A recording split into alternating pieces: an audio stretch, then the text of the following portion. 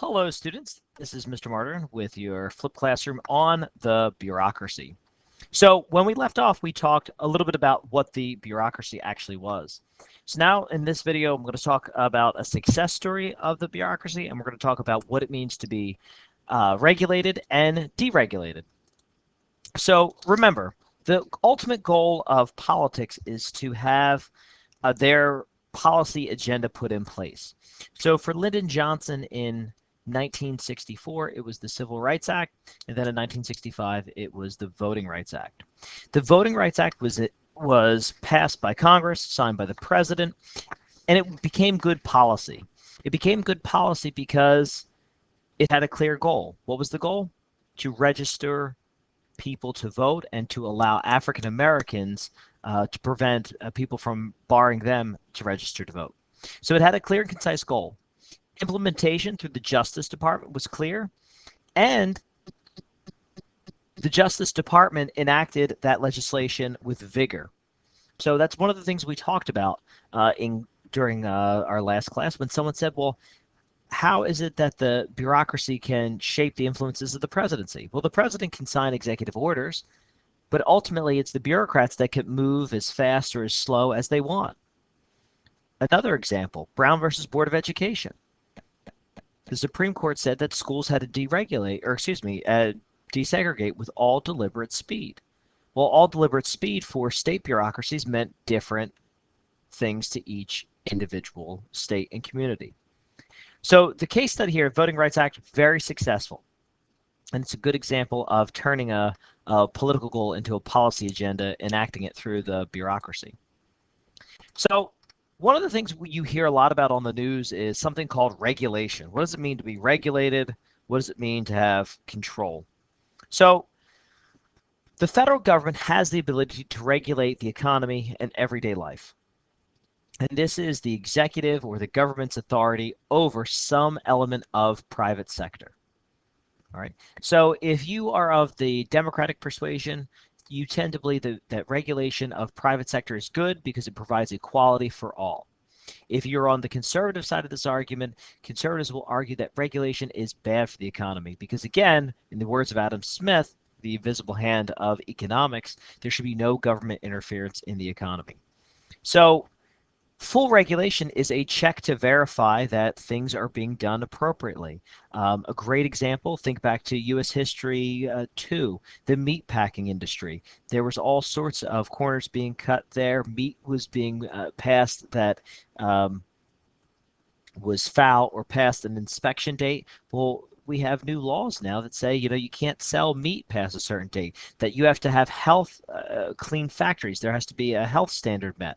So when we say federal regulation, that's what we're talking about. So if you pick up a carton of milk, it's got an expiration date on it. That's because of federal regulation. When you go to the supermarket and there's meat, it says it has to be sold by this, or the people have to pull it off the shelf.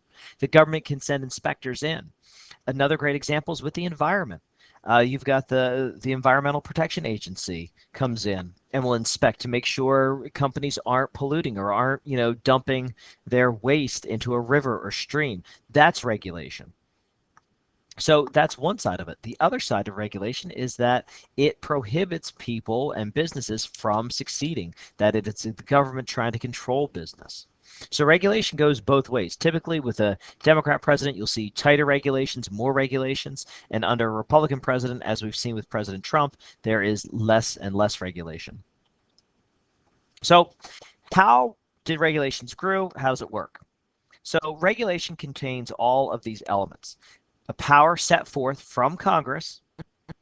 Congress sets the guidelines to the agencies, and the agencies are in charge of enforcing compliance with the regulations. And what will happen is, remember, who has oversight over the bureaucracy? The Congress. So occasionally the congressional committees or subcommittees will call executive regulators in to check up and see, how's the regulation going? Are we enforcing these laws to the fullest extent? And again, the Congress will have to hold these regulators accountable because the Congress is, as we know, elected by the people.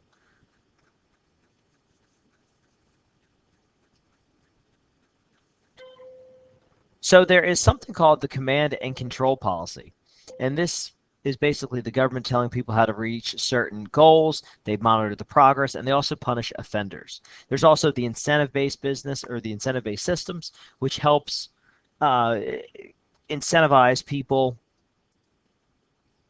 and businesses for doing good. For example, in the 1990s, there were environmental regulations put in place saying companies can only pollute or emit certain pounds of carbon emissions. If you were under, you could sell that back to the government, and they could then sell it to another company, and there would be some switching there. That was beneficial for companies, and it gave them incentives to not to pollute. So that's a good example there.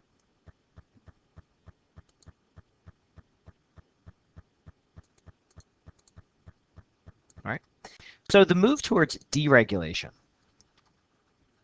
and this is going to be favored by most conservatives.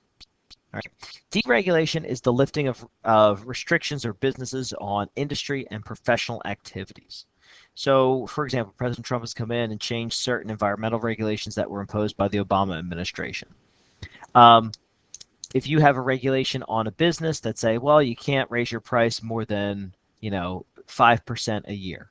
Well, business owners will say, well, that's hurting us. That's hurting our business. That's prohibiting our ability to make a profit. So a conservative may come in and lift that regulation.